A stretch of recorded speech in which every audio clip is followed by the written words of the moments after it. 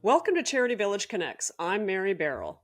For many thought leaders in the nonprofit sector, the minority rather than the majority have had the lion's share of influence on shaping policies that impact charities for far too long. Although the vast majority of charities in Canada are small, a minority of larger, well funded organizations have dominated public discourse, influenced government policy and regulation of the sector, and attracted the greatest amount of funding.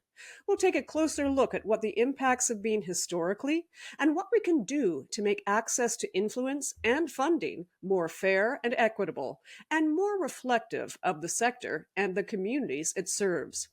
Joining me to discuss these important issues is John Hallward, chairman of Give3 and president of Sector 3 Insights. After a very successful career in the marketing research industry, John launched the charity Give3 to encourage greater giving and introduced Giving Tuesday and the Great Canadian Giving Challenge to the Canadian nonprofit sector, which has triggered tens of millions of additional donation dollars and other acts of giving in Canada. As president of Sector 3 Insights, John leads the social enterprise research firm to bring cutting-edge research tools from the corporate world to help the nonprofit sector succeed. John, welcome back to Charity Village Connects. Oh, my pleasure, Mary. Thank you. Well, as we open our discussion today on the equity of representation among charities and nonprofits in Canada, can you give us some background on how the sector is made up, what the proportion of small organizations versus larger organizations are, and especially in terms of both revenue and staff size? Yeah, it's a very broad pyramid, if you will, of hierarchy. Over half, 55% of nonprofits in Canada have zero staff. So basically supported by volunteers, full or part-time. Then there's about another 25% that have fewer than five. So in total, 75% of nonprofits in Canada have fewer than five people working. At the other end, you probably have about 5 or 6% who have over 100. So there's a very wide-based pyramid, if you will. In terms of revenue or assets kind of in their play, but operating revenue year in and year out, something like 90% of it goes to 6% of the organizations. So again, a very broad pyramid with very few getting the lion's share, 90%. They have 90% of the assets, they have 90% of the revenue. So it's not really a whole sector, if you will. It's very much those with the assets and the revenue and then everybody else. So I guess when it comes to funding, and that's when you're talking about in terms of revenue and assets, you're saying that there is not equitable distribution, and again we're seeing larger organizations getting the lion's share of funding as well. Yes. So the charity sector is kind of a strange thing because on one hand you've got government-funded universities, hospitals. So these are really social programs, and these are significantly large, structured organizations. I think close to 70% of all the money that flows through the charity sector is government funding going to these big institutions. And then after that, you end up with, I guess, a lot of private donations and a lot less money, if you will, going to everybody else. So it's not necessarily a homogenous kind of sector, if you will. It's very unequal and very strange as a kind of a conglomerate. So when we get outside of the nonprofit sector and look at charities specifically, because they're a subset of nonprofits, obviously, do we still see the same sort of proportionate kind of distribution in terms of funding, and is that what we're seeing as well within the charitable organizations? Yeah, very much so. I mean, I think it's hard to know exactly because the nonprofits who are not registered charities don't have filings that are accessible to us like the T3010s are for charities. So it's a little bit harder. But I think the feelings are more or less the same, that the charities are very, very skewed towards a couple hundred that are significantly large with most of the revenue and the assets. And the same with the foundations. Probably the top 20 foundations represent 3/4 of the endowments in Canada.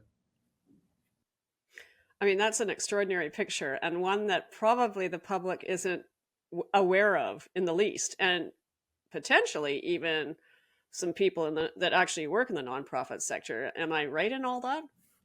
Yeah, well, yes. Again, so if you look at it, we're all probably very sensitive to healthcare cuts and healthcare challenges and whatnot. I don't know if we necessarily think of them as charities, but they are charitable organizations, a nonprofit. They employ a lot of people, and it really is government funding that makes them tick. And then you end up with, well, the half of the 75,000 operating charities. So we're looking at close to 40,000 charities with zero staff, permeated through all of our communities. And really, they are the ones who are kind of affecting the quality of life, from food banks to animal shelters to all these kind of grassroots fabric of our communities, if you will. And I think that's probably what people think about when they hear about charities. It's kind of the local ones. And they really just fly under the radar. They just don't get much government funding. They don't have staff. They don't have the agency in Ottawa to make much of a ripple.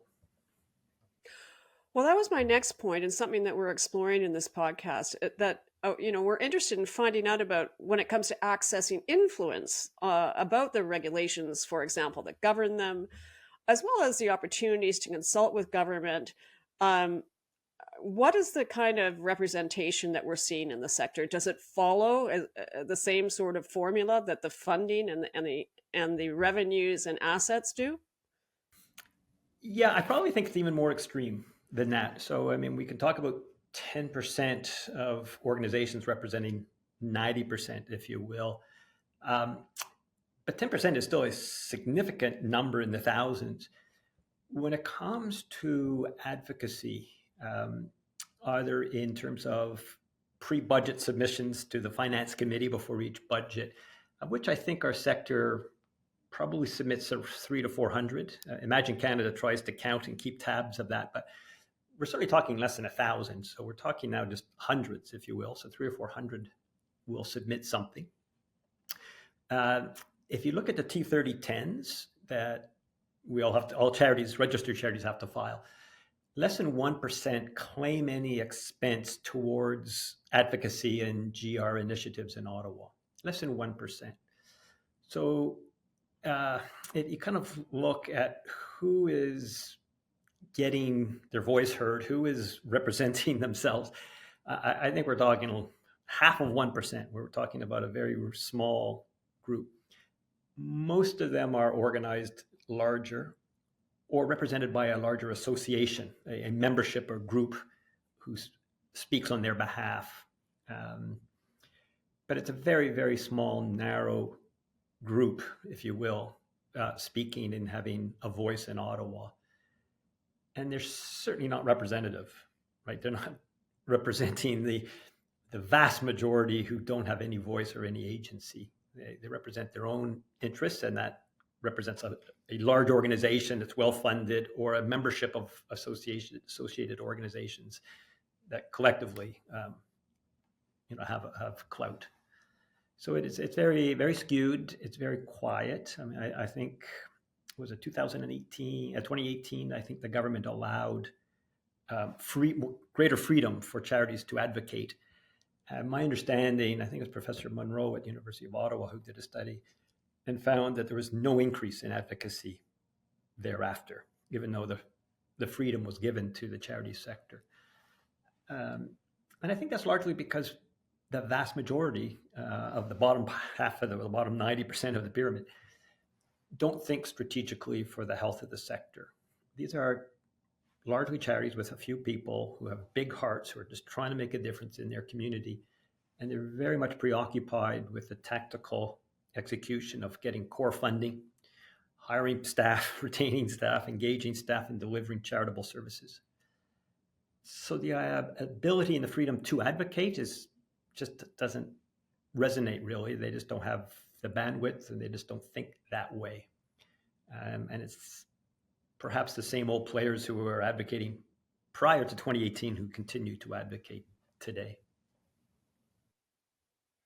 So it sounds like the vast majority of charities and nonprofits are actually, I guess, continuing the struggle to deliver on their missions and to deliver their services or create the change that is part of their mandate, and really just keeping the lights on and keeping their staff employed if they even have staff, and just having impact, so they just don't have the bandwidth in order to be able to even consider these things, much less actively pursue a more active advocacy for their own interests. Yeah, I think that's largely right. And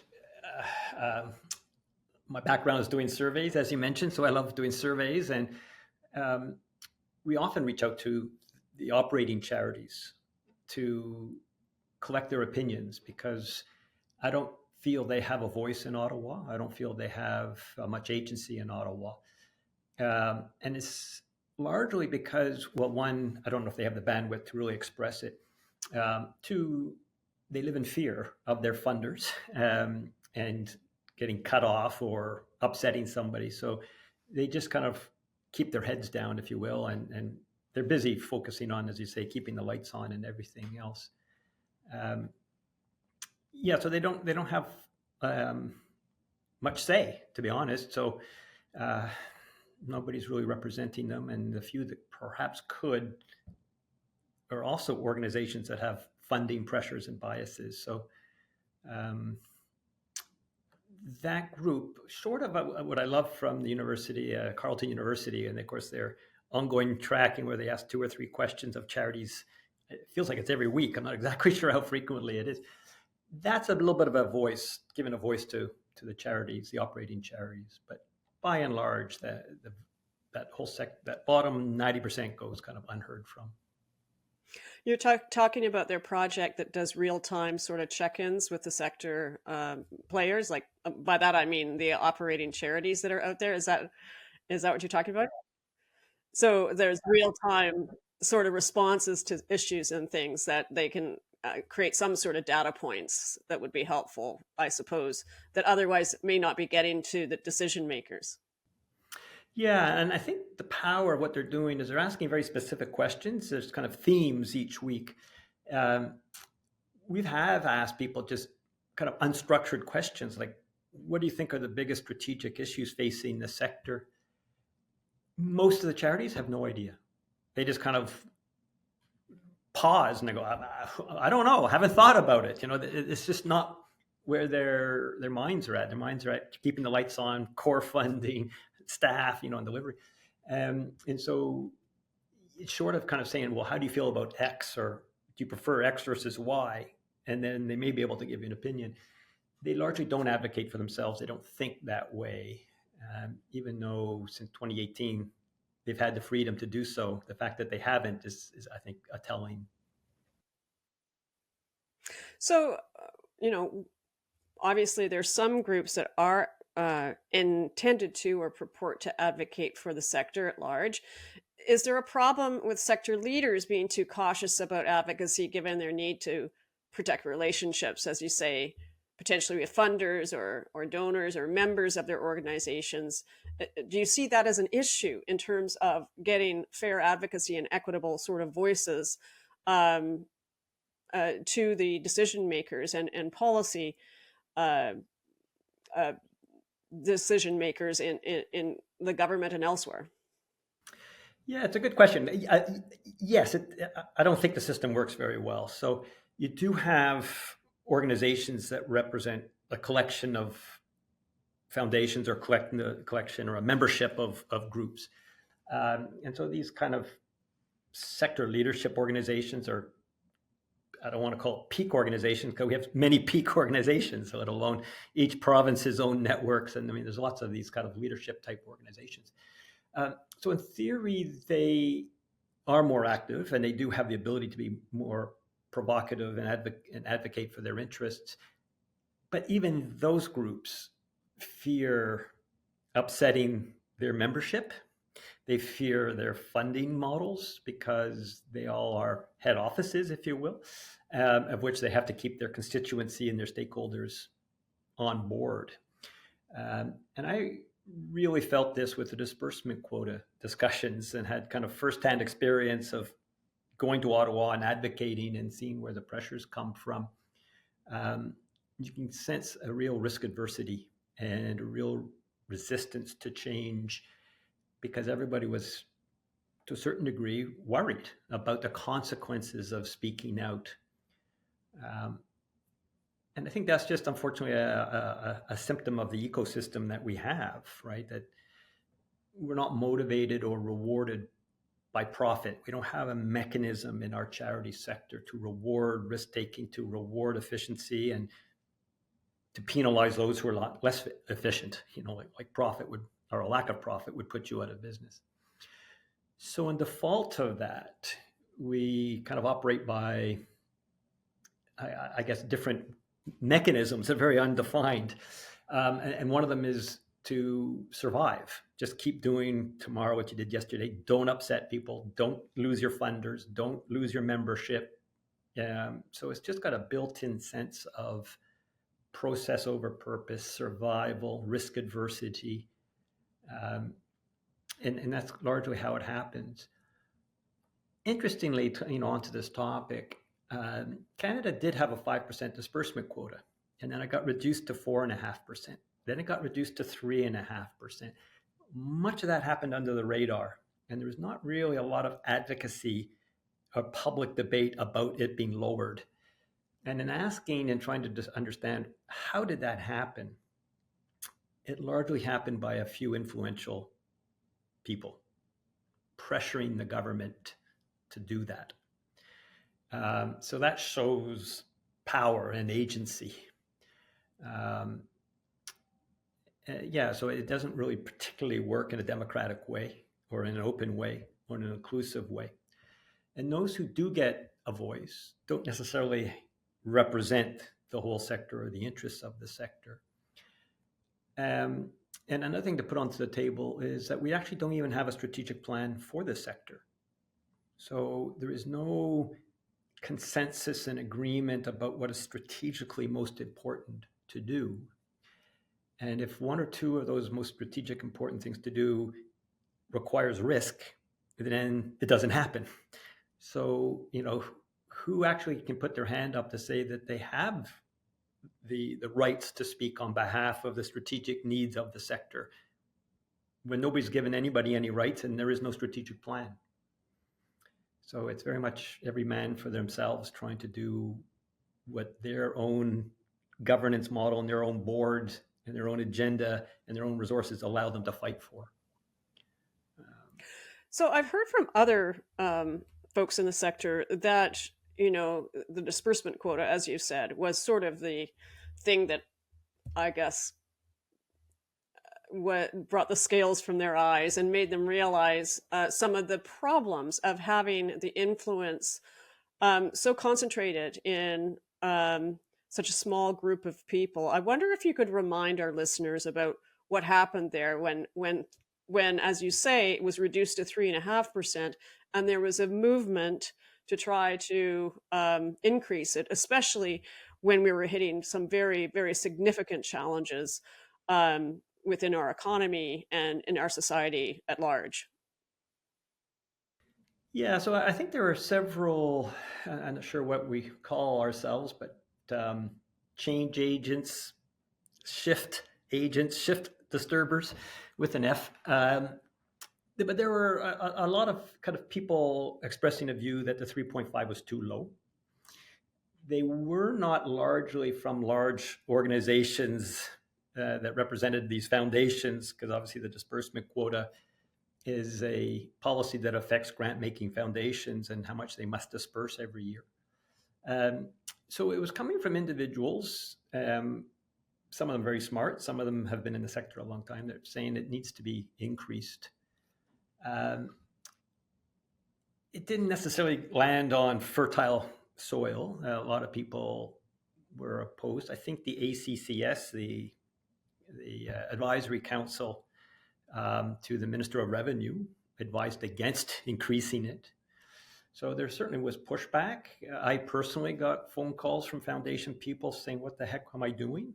Why am I doing this? And I know others also spoke up and I guess felt some heat because of doing it. It was one of the 41 recommendations from the Senate report from 2019. It's interesting to me that of 41 recommendations, only 2 so far have been meaningfully advanced. One was increasing disbursement quota. The other one was the ability to donate to unregistered qualified donees. And you sit back and you ask, kind of, well, why those 2?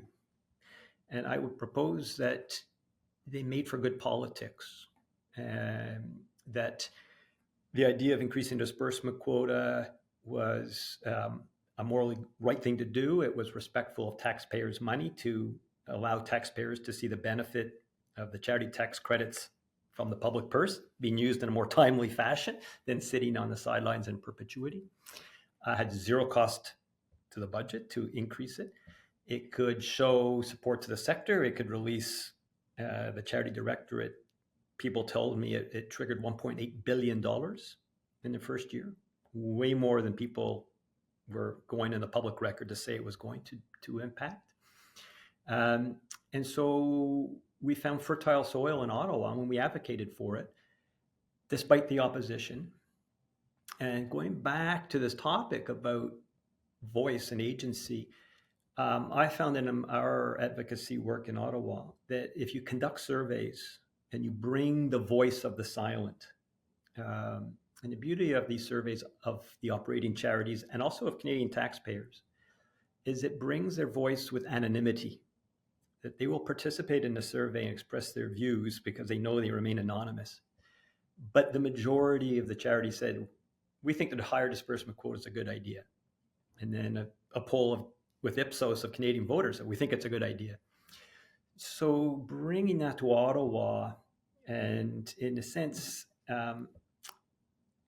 success is wrapped in good politics, and part of that is showing stakeholder support, being strategic, calculating, crunching the numbers, and showing there's low risk to the policy. And through that, to our surprise, suddenly in the next budget, they announced that they were going to increase the disbursement quota to 5. We were advocating for 7, some were advocating higher. And I've been advised that it's all about collaboration. You always have to meet in the middle somewhere. So with 5% it was. But I think that's the nature of the ecosystem that we're in. So 41 recommendations and only 2 have been adopted. I think it was because of good politics, and I think it was because of advocacy.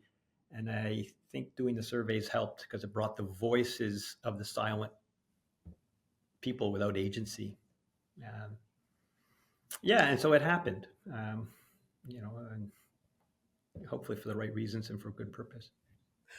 Right. So why was it it was a mammoth effort, though, for this advocacy to actually be successful, as I understand it, as I've heard, and one that had been advocated for a very long time, and it seemed to reach a point at which perhaps it did gain agency because of the good politics of it, and because there was data behind it. But why was there such pushback?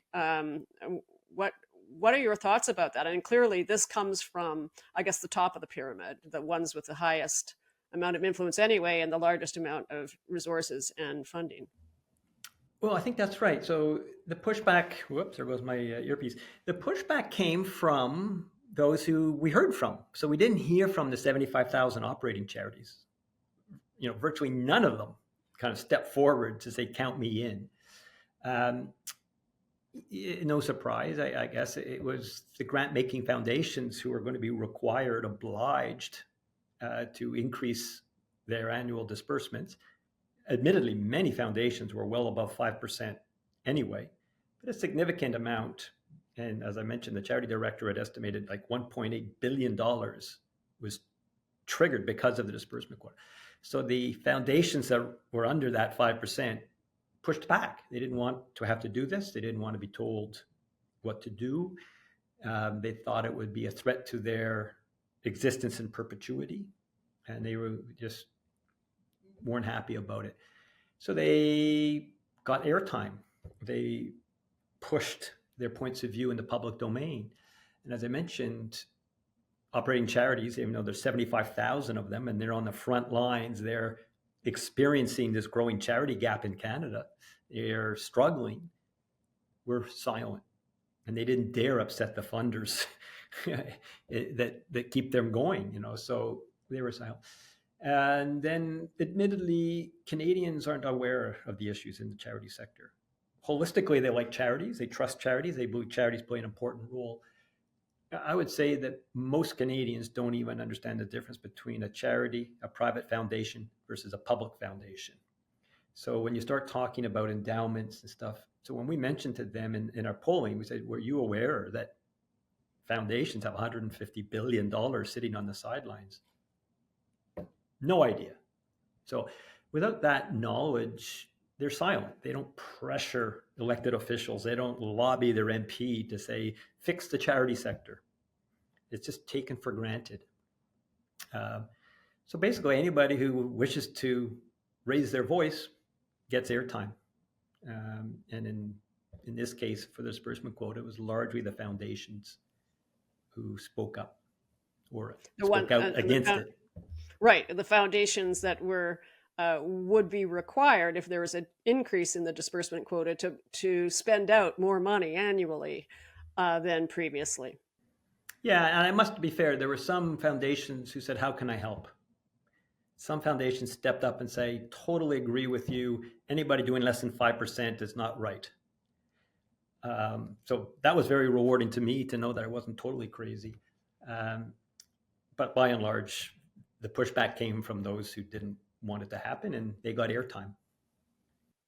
And what about the umbrella organizations and those organizations that are intended to advocate on behalf of the whole sector? What happened to their voices? Yeah, so it's a great question. I mean, we probably know who you're talking to, and I'll try not to do any naming. But most of these organizations don't have a real mandate to speak on behalf of the sector. They can speak on behalf of their members, because presumably if you become a member of one of these organizations, you buy into and you support what that leadership of that association is all about. I'm not aware of any organization that has more than 1,000 members or supporters who've signed on, right?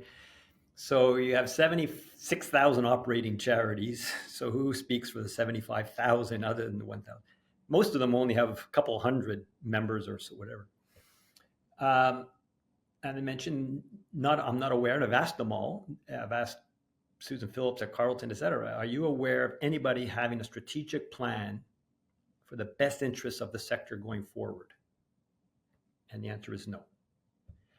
When we did a kind of a one-on-one depth, we hired an independent researcher to interview. We got participation from 26 sector thought leaders. And amongst other questions, one of them is, do you think it might be a good idea to develop a strategic plan for the sector? And the majority said yes, that would be very helpful. But in default of having that, it's very hard to see how anybody can say, this is what our sector must do. And when I look at what is being done, I don't get cranky at what is being done, because thank God they're doing it, and our communities would be less well served if we didn't have all their good work. I'm getting cranky at what's not getting done. Largely what is getting done is what I'll call very tactical, short-term things that don't carry a lot of risk. What's not getting done is, to me, in my mind, is actually with the most strategically important challenge to our sector. It's an existential threat, and that is generosity is declining in Canada. Religious people give more than non-religious people, but religiosity is declining in Canada. The baby boomers give much more than any other age group, but they're going to pass in the next 10 to 12, 15 years. Connected people who are socially connected in their communities give more, but connectivity and social engagement is declining in Canada. And the next generations give less, have weaker pro-social values, and also have a lower social norm for how much they should be giving. So, I mean, literally tithing in any religion means 1/10. That defines a pretty high social norm, 10%. Take away religiosity, take away that mentoring, let a whole generation go by. And today you ask anybody under 30, do you have any sense of how much you should be giving? The vast majority say no, and those who do might say 2 or 3%. So the generosity may be there, but the way to fulfill that generosity, to experience the giver's high, is coming way down quickly. So with religiosity, baby boomers, connectivity, and everything working against us, to me, that is a huge existential threat to the sector. Nobody's doing anything about it. Basically nobody. None of their initiatives that we see are trying to engage and talk about that. So you sit back and say, okay, so who really is leading this sector? Who has the right to speak? And some people said to me, like, who gives you the right, John, to speak for the sector? And I don't think you have to wait to get given permission or to get asked. You know, that if you see a problem and you think you have solutions and you can justify the solutions and do the data and collect the surveys, anybody should have the right to do it. And you can see the frustration in me. I also suggest that change agents should be judged for the merit of what they're doing and how they justify what they're doing, not on the pedigree of the organization they represent. And I'll go one step further, because I do get sometimes asked, well, what do you think the trends are in the sector? And I think there is a trend that nobody's talking about, and I'm sensing it in Ottawa already, that the younger policymakers, and when you go in to the PMO office, you know, all the back people, the policy number cruncher people, and the same in the official opposition, they're young, right? They're 30, 28, 32, 33. They have a different mentality now about the ecosystem. They kind of, not so much them saying it, but I have 30-somethings kids. They tell me, say, Dad, you boomers created these problems, and you boomers organizations are the problems. So they kind of dismiss that. And I think that there are winds of change in our sector, that these new young policymakers in Ottawa are starting to not care so much about what our old traditional sector leaders say and think. And if I can bring the voice of the charities to the table and the voice of Canadians to the table and say, this is a survey done by Ipsos and here's the real voice of what's out there, they listen to that. And they like new ideas from new voices and new people. They don't want to hear from the old people and the old paradigm and the old ecosystem. So to me, that's very rewarding. It basically says, if you're a change agent, run with it. Go to Ottawa, and you don't have to have permission. But it has to be strategically right. It has to be good politics. It has to be backed by data. I mean, you've got to justify all of those things. So I think that's kind of where we're at in terms of who gets to speak. And the winds of change are, in my view, positive. That we may see more innovation coming than has been the last 20 or 30 years. Well, I guess that kind of leads into my next question, because I was very interested in whether you had any thoughts about, more concrete ways about how this advocacy could be changed for the better. And are there strategies to create more equitable and effective ways to advocate for the sector as a whole? You've talked about surveys and how powerful it is to show data. I mean, this is a generation that understands the importance of data and decisions that are informed by data, because it's everywhere in both their education, but also in their work environment as well. How can we do things differently to change things if we know that the old system isn't working? Yeah, it's a great question. I was always brought up that not to complain, but to do something about it. I think that's also starting to change too, but we're still very good at pointing out all the problems in the sector. And you know, the Senate report in 2019 did a great job tapping in to all the people who wanted to contribute. They came up with 41 recommendations. I think we have the smarts right now, and to be honest, I think we also have the resources. Right? There's over $300 billion flowing through charities in terms of their revenue. And there's over 150 billion extra in foundation endowments. There's no shortage of money. And we just need to spend a fraction. And I have a solution. I'll talk very quickly in a second about it. But I'm kind of thinking 1/4 of 1/10 of 1%, rounding error, but it will create significant amount of resources. So I think what you need to do is tap in to these resources and to the smarts, but we have to play the game differently. We have to, and I've said this to Imagine Canada, we have to stop asking for a home in government. That cannot be our number one ask. The sector has been asking as far back as 1974, and it's been denied all this time, right? I think last summer when Trudeau reshuffled his cabinet, he came up with one of the biggest cabinets in history. There was no home in government, right? So the asks have been there forever, and the opportunity to do it has been there forever, and it's never been done. I think it makes for bad politics, and that largely explains why. So we have to start doing it differently. So I think it starts with a strategic plan to give us the rationale and the reason to go to Ottawa and say, this is what we need, and here's the data that shows it. But to have a strat plan without the resources to invest in it is a little bit like the Senate report. It sits on the side collecting dust and nothing happens. Australia did this. They created a strategy plan for the sector, but they didn't have the funding to then invest in it. So we need to bring solutions. So the solution we have is, and advocating for, is the creation of a social sector fund that would bring resources for the sector outside of the political ecosystem, outside and away from the public purse.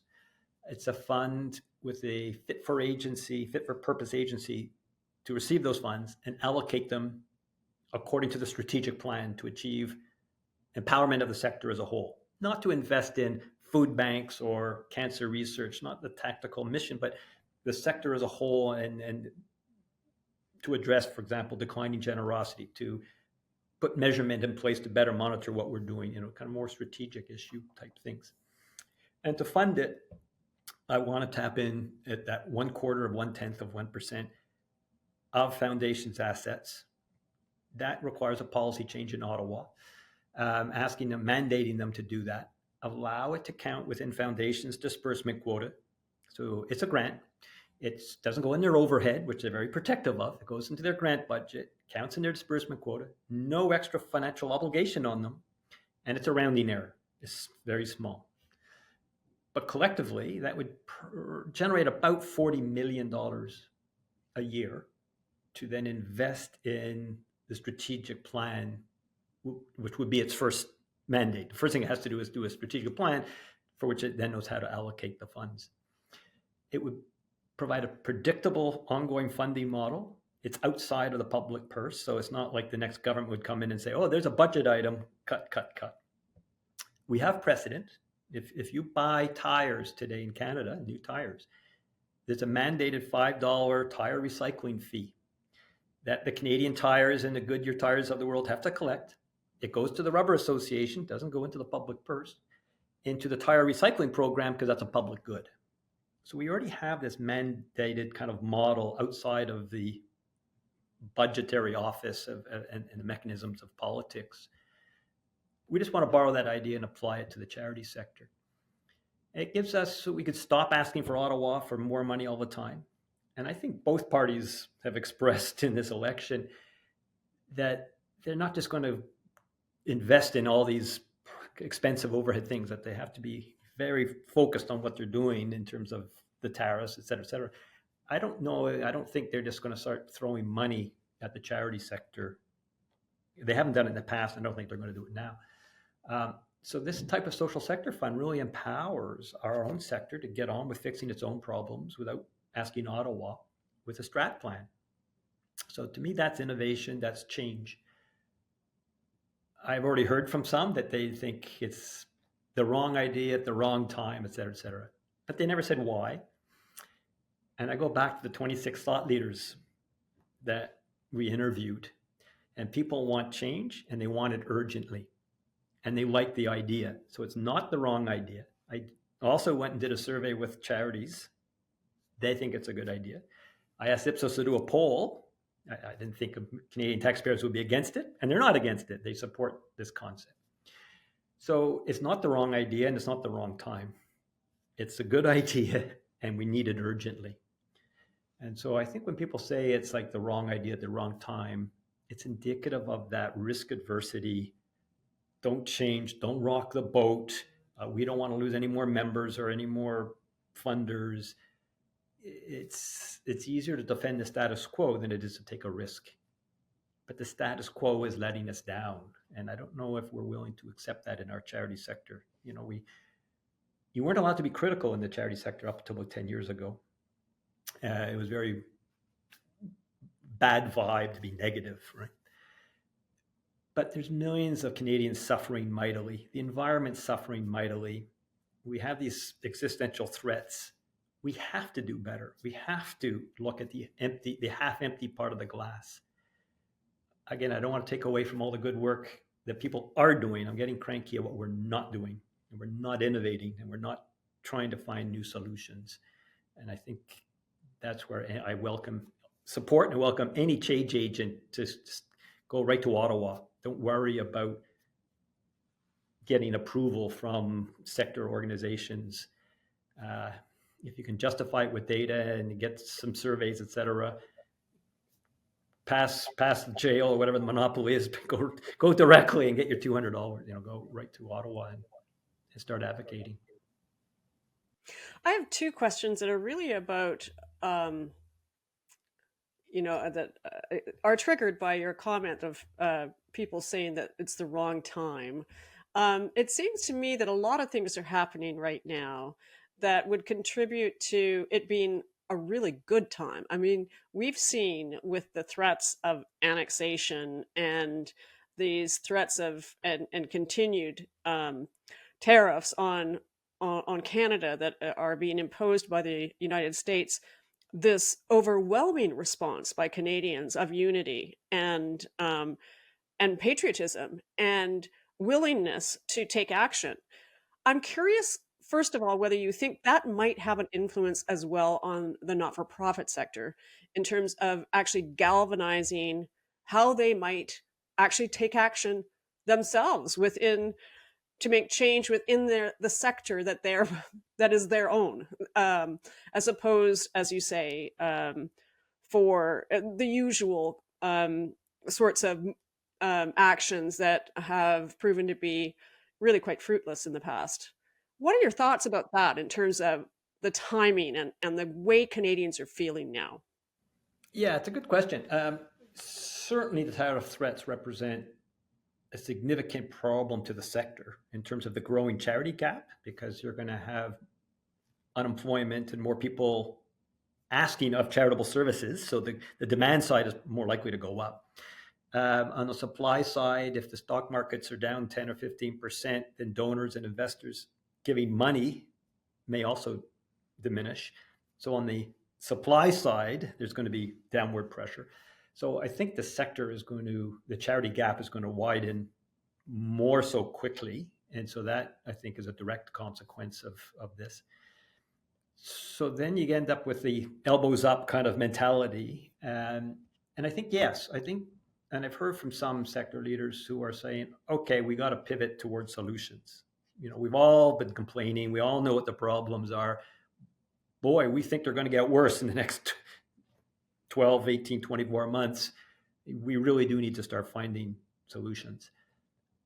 The question really then goes down to bravery, because the mechanisms of risk adversity, survival, protect what you've got kind of mentality.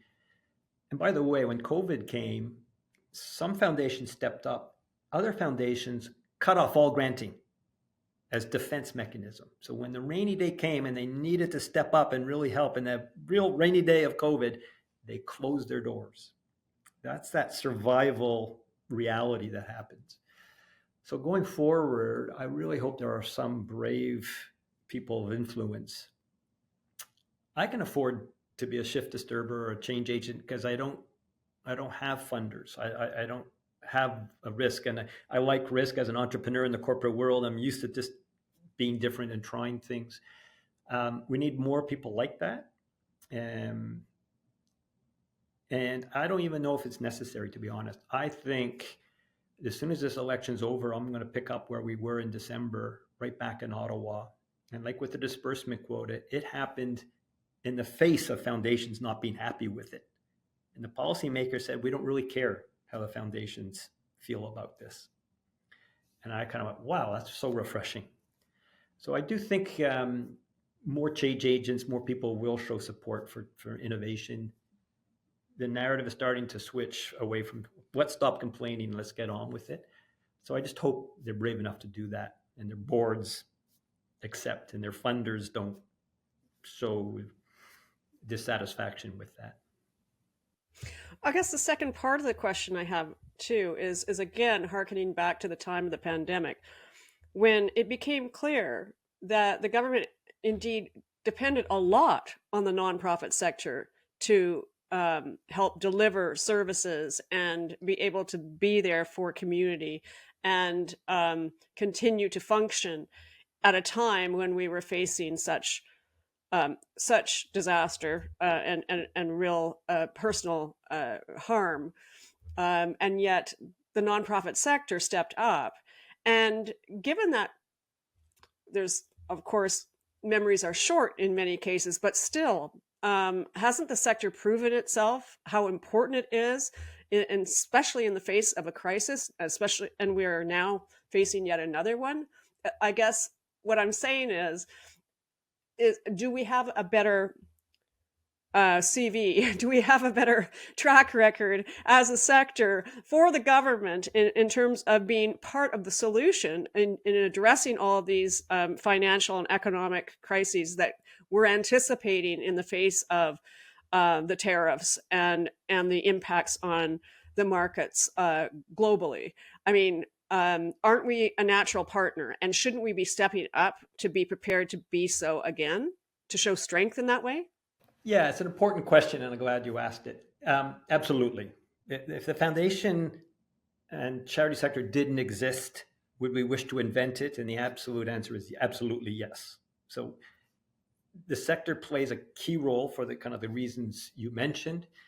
A lot of charities are much closer to the community needs. They're in the communities, and they can act and make decisions a lot quicker than bureaucrats and governments can, et cetera, et cetera. So if the sector didn't exist, would we wish to invent it? Absolutely.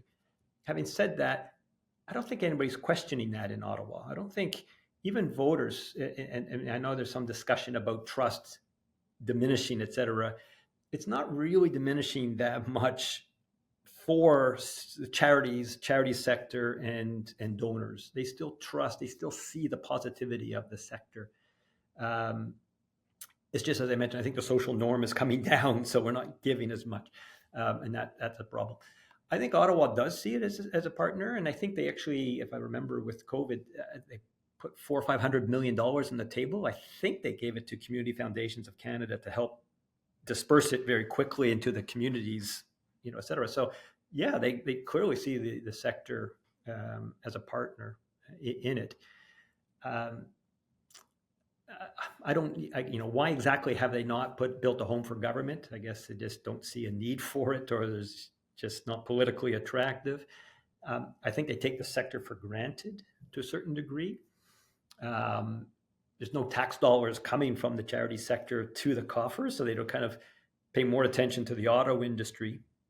Although the nonprofit sector hires and employs way more people than the auto sector, the forestry sector, the fisheries, the farmers. I mean, it's 8 or 9% of our GDP, and it's just totally taken for granted. But not in a negative way. They don't think we're bad, but they don't necessarily think about it much. And when you go to them and say, you know, we've got some problems, and we're going to have even greater problems with the decline of religiosity, death of baby boomers, et cetera. And, you know, the disbursement quota should be higher, et cetera. It's kind of new, but at the same time, they pay attention. And if you can wrap it in good politics to say, you know, you could look good, and here's why, to the mass of stakeholders for zero cost to your budget, they pay attention. So I do think there's hope. I do think there's opportunity for sure.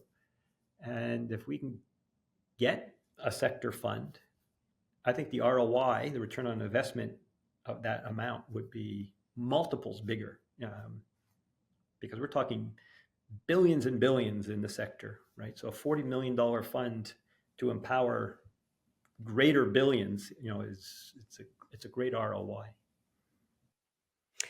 I just wanted to divert our conversation briefly before wrapping up. I know that you've written about some comments regarding rumblings in the sector about possibly increasing the donation tax credit. And on the face of it, that would seem like a good idea. It would encourage people to donate more because they would be rewarded more. But I understand you may have some doubts about this. What are your thoughts about this? Yeah, you know, any idea, if it doesn't make for good politics, it's probably not going to happen. So if you start to look at the politics of doing that, and you're saying, yeah, so who gives money? Mostly the wealthy. I mean, frankly, 70% of it comes from boomers, wealthy boomers, right? So if you're going to say, yeah, we're going to increase the charity tax credit to these people from the public purse, this is tax dollars that could be used in other ways, but we're going to do this. It's not all that politically attractive to do that. It's expensive. It's direct money out of the public purse to do that. And then you kind of sit back and think about, well, is it a good strategy? So the consumer packaged goods companies, and that's where I spent my career working, right? So unfortunately, I spent my time helping Oreo sell more Oreos, you know, kind of thing. These guys learned that you do not give a promotion or a discount to somebody who's willing to buy a bag of Oreos at full price. It's just wasted money. You could do it, and the person who is going to buy the Oreos is going to be thankful, and they're going to take it. And frankly, the people who use the coupons are the people who are going to buy Oreos in the first place. If you don't like Oreos, the coupon's not going to get you to buy the Oreos. So you're just purely giving away your profit by doing that. And I would argue that's the same model or kind of approach with donations. That the people who are giving, frankly, if I said to them, I'm going to cut your tax credit rate by 1%, they wouldn't even care. They would still donate. So conversely, on the other side, well, why would I increase it 1%? I'm just going to be giving away taxpayers' money, and I have to do it to all the current donors who are already donating, because it wouldn't be fair to say, no, because you've been generous, we're not going to let you get more tax credits, but only these people. You know. And then the last point is that when you look at each of the provinces, so we all have a federal rate, a federal tax, and then we have different rates provincially.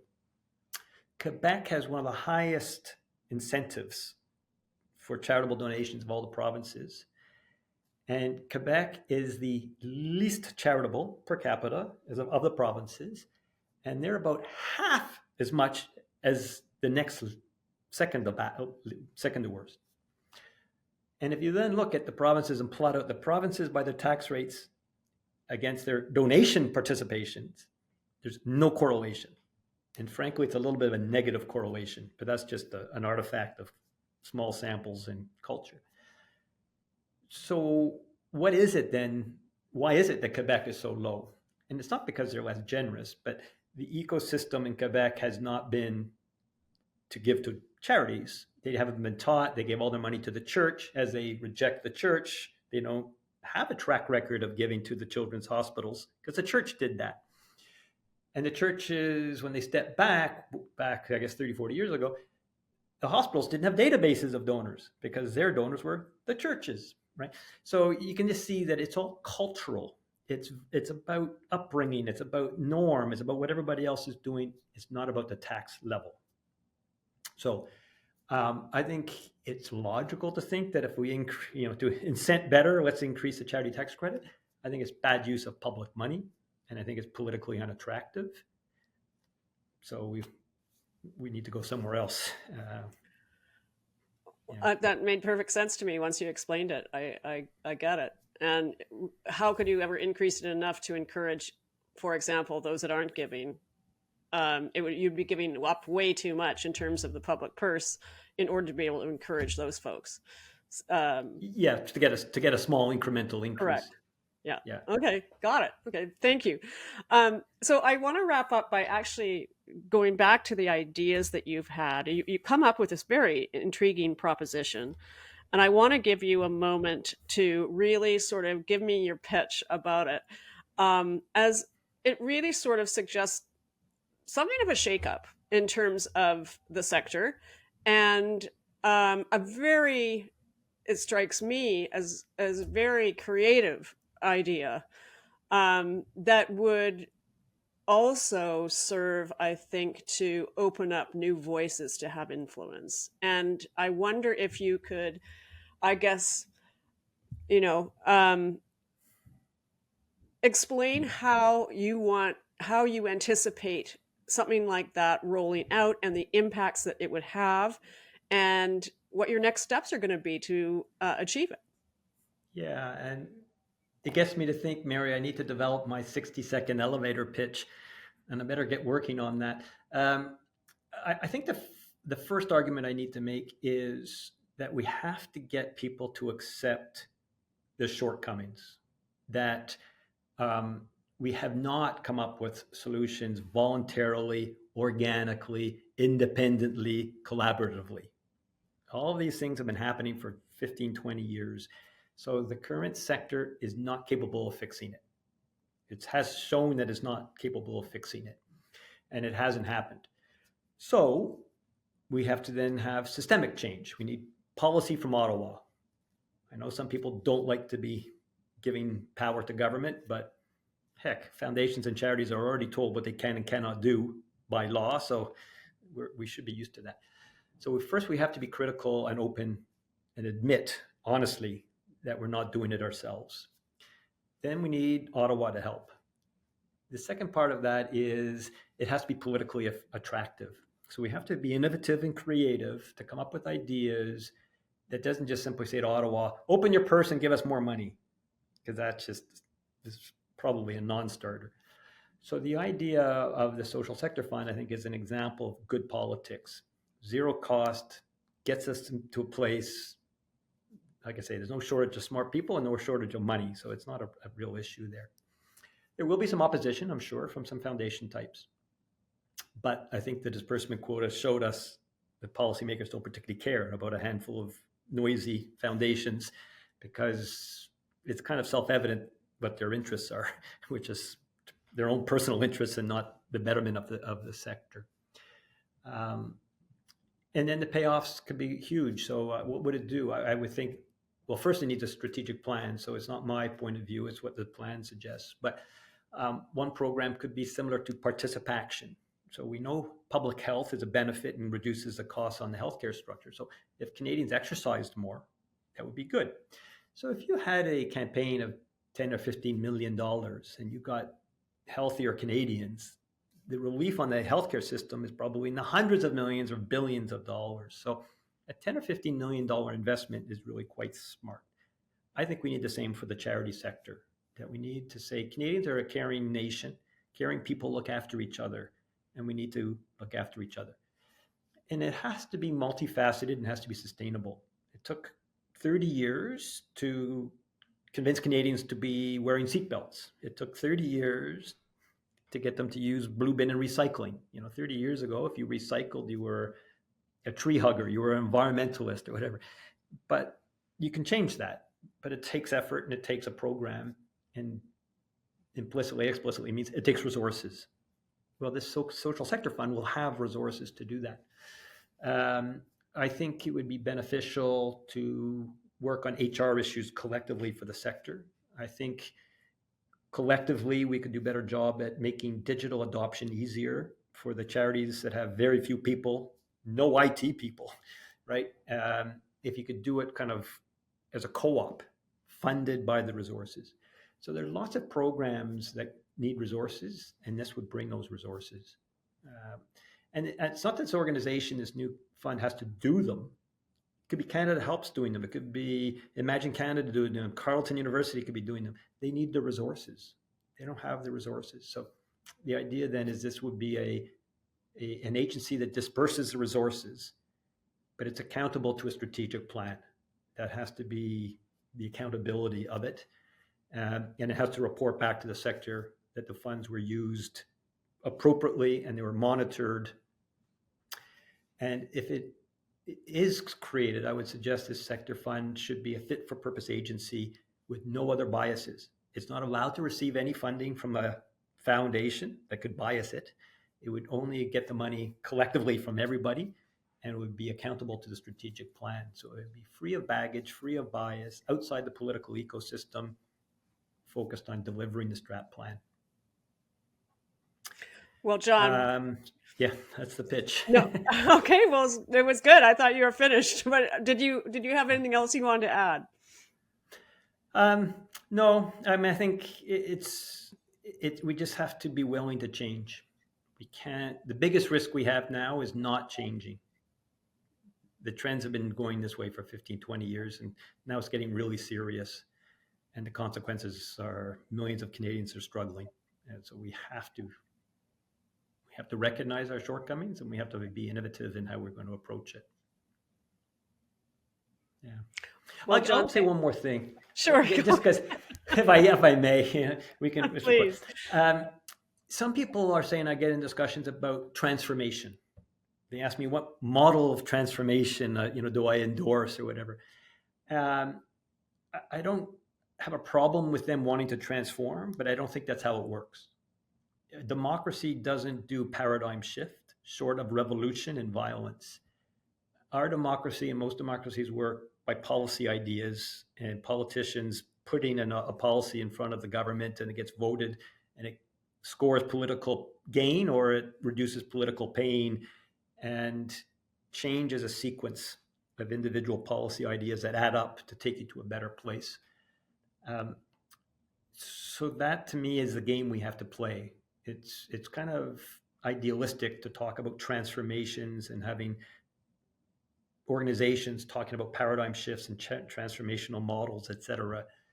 I don't think that's the way it works. So we need people to advocate one idea at a time, not 41 asks. By definition, there's no priority when you have 41 of them. Ask for one thing. It's very clear what you're asking for. Wrap it in good politics and support it. Hopefully win it, and then move on to the next one. So I challenge people to do that. Well, John, thank you for your courage and the courage of your thinking and innovation, and for sharing these really fascinating insights and really, I think, potentially game-changing ideas about how the nonprofit sector can gain more agency and give more smaller organizations, the vast majority of them, more voice in the regulations that govern them, in policy that influences how they're funded. And I really share your belief that change is it's incremental. Lasting change is incremental, and as you say, it still has to start somewhere, and that first step is often the riskiest, or it feels the riskiest, but it is certainly so essential if there's going to be any meaningful change that will occur in the latter steps. Yeah, well, thank you for your support and your interest. The difference between a good idea and a kooky idea is not the person who expresses the idea, but it's the second person and the third person who are brave enough to say, I'll support that. Because otherwise you're just an independent kook. So it really is the second, third, and fourth people who give value and weight to a movement catching on. So it's organizations and interest people like you and the others who are brave enough to say, oh, I'll play that, I'll join that movement. Then it has a chance. So that's what